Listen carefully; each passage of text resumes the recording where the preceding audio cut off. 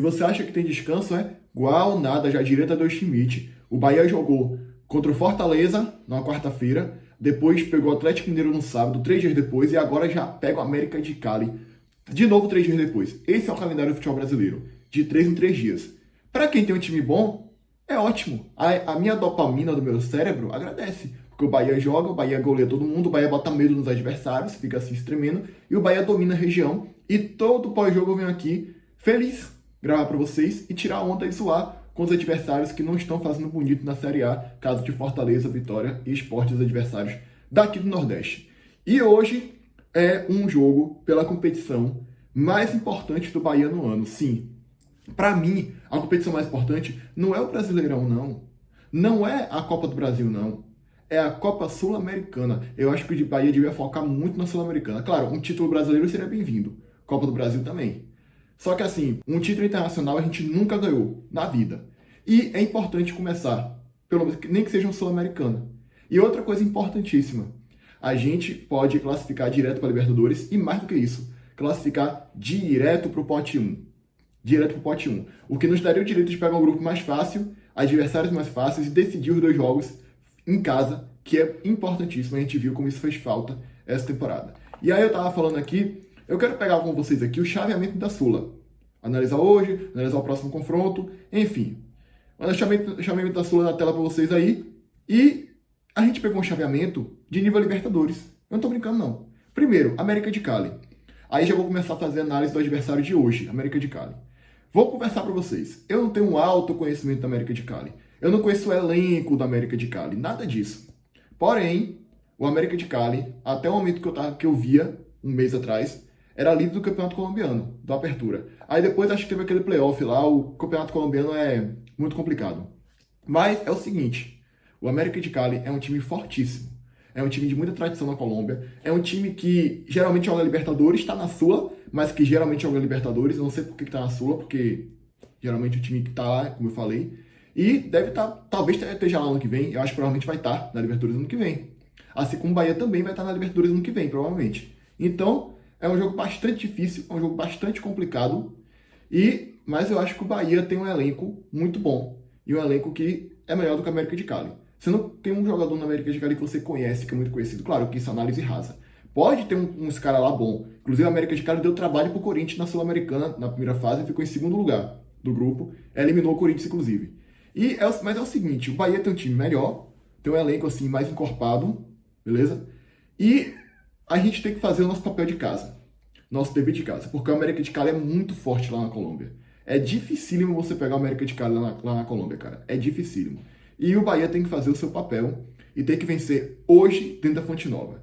Eu acho que a missão do Bahia hoje é vencer por 2 ou 3 gols de diferença, para já matar a classificação, para a gente ir lá para a Colômbia podendo perder por 1 ou por 2, podendo empatar. Se a gente conseguir vantagem de 1 gol, não é a mesma coisa de já decidir o confronto, mas já nos daria vantagem do empate. Mas acho que a gente precisa vencer por 2 ou 3 gols de diferença hoje, para a gente ficar tranquilíssimo na próxima fase. E aí depois a gente pegaria o Fluminense. E aí, eu quero trazer para vocês aqui o seguinte ponto. Vocês acham que eu tô com medo do Fluminense só por causa do Mundial, É claro que não.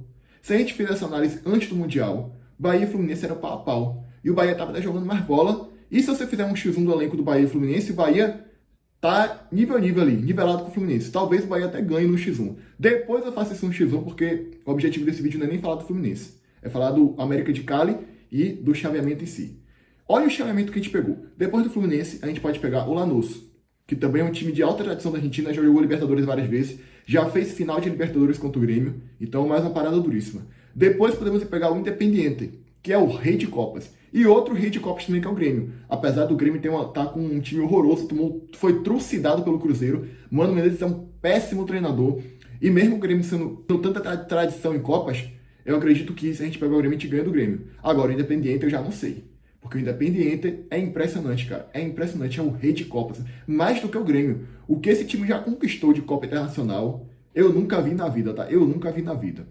Então essa é a análise do chaveamento. E hoje, adversário duríssimo América de Cali. E eu vou trazer aqui a provável escalação do Bahia para vocês.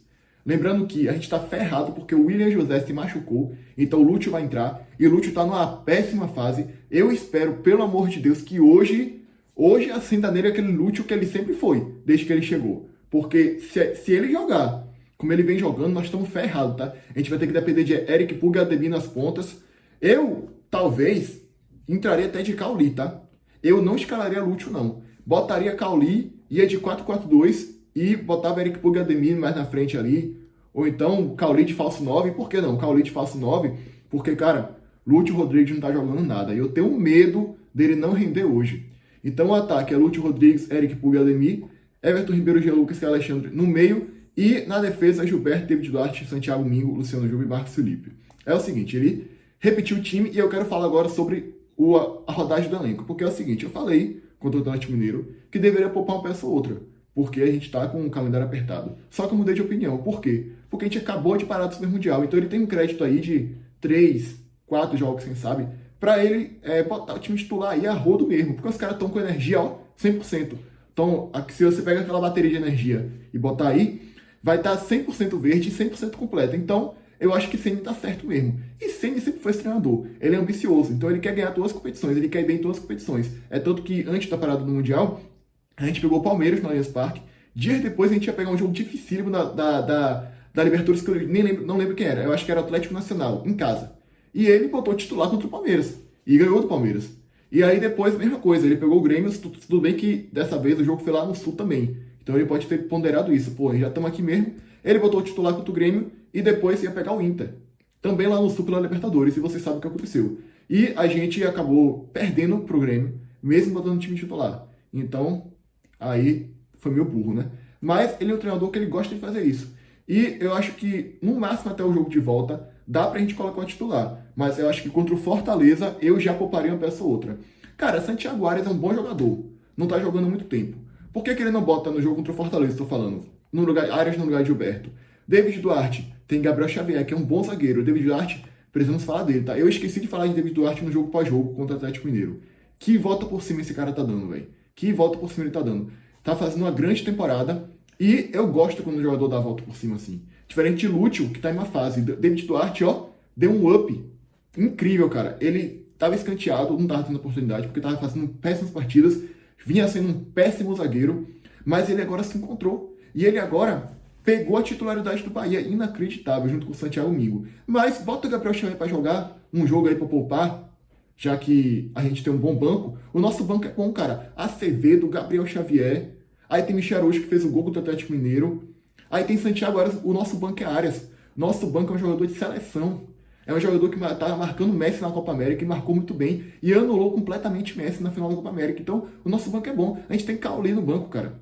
Que não tá mais o Cauli de antes, mas, pô, se David Duarte conseguiu se reencontrar, por que Cauli não conseguiria? Não é? Então, e a gente tem um banco, Iago Borducci, que não mostrou para que veio ainda, mas, pô, é um bom lateral. Então, a gente tem um banco muito bom. Por que não aproveita? Eu acho que no próximo jogo ele já deve aproveitar e fazer umas alterações aí. Mas eu acho que hoje esse time aqui vai dar conta do recado. É o mesmo time que deu conta do recado contra o Fortaleza, contra o Atlético Mineiro. Eu acho que a gente tem muita velocidade nas pontas com o Eric Pulga e Ademir. Um meio campo que dispensa apresentações, é o Everton Ribeiro, o Jean Lucas, que é o Alexandre. É um grande meio campo. E a defesa também, o Bahia é bom em todas as áreas do campo. Tá? E hoje, acredito que deve vencer mais uma vez. Eu espero. Eu espero. Desde que eu criei esse canal aqui, o Bahia só perdeu um jogo de pós-jogo. Só fiz um pós-jogo de derrota que foi contra o Internacional. Inclusive, foi o segundo vídeo do canal e já deu 60 views, porque a galera gosta de ver, né, a miséria. A galera gosta de ver a miséria, né? Isso é um fato, não tem jeito, tá?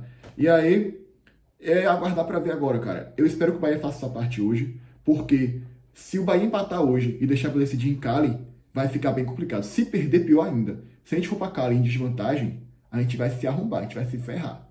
A gente vai se ferrar, cara. Infelizmente, é a realidade, tá? Infelizmente, é a realidade. E a gente tem que vencer hoje por 2 ou 3-0. Não tem outra alternativa, não tem outra saída. Vai passar no ESPN Disney Plus, tá? Quem tem aí, é o único lugar que vai passar a partida. Hoje também tem o Vasco pegando a Independiente del Valle. Vou comentar rapidinho aqui. Cara, eu acho que o Vasco, a missão do Vasco hoje é empatar o jogo. Vai jogar em Quito, que é, se não me engano, em Quito, né? Que eu acho que tem altitude lá, tem uma altitude de 2.800 metros. Vai pegar o Independiente del Valle lá. Eu não sei se o Del Valle tá no mesmo nível que vinha em outrora, mas é sempre complicado pegar os caras lá, pô. E o Vasco, eu vou até esqueci de falar aqui, o outro lado da chave. Cara, é impressionante. Sempre tem um lado da chave que é forte e um outro lado fraco. Em toda a competição tem isso. Olha o lado direito. Bolívia, Palestina, Cienciano. Olha esse quadrante aqui dele, cara. Inacreditável. Aí tem Atlético Mineiro, Godoy Cruz e Bucaramanga. O Atlético Mineiro deu muita sorte. O Atlético Mineiro só não chega na semifinal se não quiser, se for muito burro. Aí você tem Independente Del Valle, Vasco e Mushuc e Runa. Se o Vasco passar do Del Valle, ele passa também do Mushuc e Runa. Ele chega nas quartas, inacreditável. E o Vasco, como eu falei, não é um dos favoritos. Não tem um elenco assim, um investimento, um elenco e um bola jogada. E não vem numa fase boa nos últimos anos aí pra você apontar o Vasco como favorito. Mas é o Vasco, chegou na semifinal da Copa do Brasil, sempre tem tradição, pode surpreender. Vamos ver aí, Bulo, Once Caldas e Huracan aqui, né? Então, cara, talvez o Vasco chegue até na semifinal, por causa dessa chamada. Mas eu acho que nem passa do Del Valle, tá? Eu acho que não passa. Pra eu acho que tem uma chance de passar, tem que buscar um empate hoje. Segura o empate e decide no Rio. Mas tem Fernando Diniz, que é um péssimo treinador, tá? Um péssimo treinador. E aí outra coisa que eu esqueci de falar, eu falei da importância sul-americana e é a competição mais acessível para o Bahia, mesmo tendo um chaveamento complicado. Mas se a gente parar para analisar, em qual competição o Bahia é um dos favoritos? É só a Sula. No Brasileirão a gente pode chegar, mas não é um dos favoritos. Na Copa do Brasil também podemos chegar, mas não somos os favoritaços para ganhar. Sim, tem Flamengo, Botafogo, Palmeiras e Libertadores muito menos. Sul-Americana, eu consigo botar o Bahia como um dos favoritos. Você analisa aqui, Alianza Lima não é um dos favoritos, né? Grêmio pode ser pela tradição, mas em termos de time, elenco, bola jogada, o Bahia é muito melhor. Aí você tem a Universidade de Chile, é um bom concorrente, mas não sei se é uma das favoritas a ganhar assim. Guarani do Paraguai, não é. Aí já é teu primeiro favorito. Independiente, para mim, é um dos favoritos. E aí você tem aqui também Central Córdoba, Cerro Largo, que não são. Aí vem Lanús. Lanús tá ali. Sexto lugar de favoritismo. Sexto lugar de favoritismo. Aí tem o Bahia, que para mim é top 4 favoritos, top 5 pelo menos favoritos. América de Cali, que é um time forte, que é um time que, né, de se respeitar, mas não é um dos favoritas para mim. O Fluminense, claro, depois do que fez no Mundial, impossível não apontar como favorito. Do lado direito, para mim, o Atlético Mineiro. Então você tem Atlético Mineiro, Fluminense, Bahia, Independiente, Grêmio ali pela tradição e Lanús. Então o Bahia é um dos favoritos. Por elenco, por investimento, por bola jogada, se você analisar por completo aí.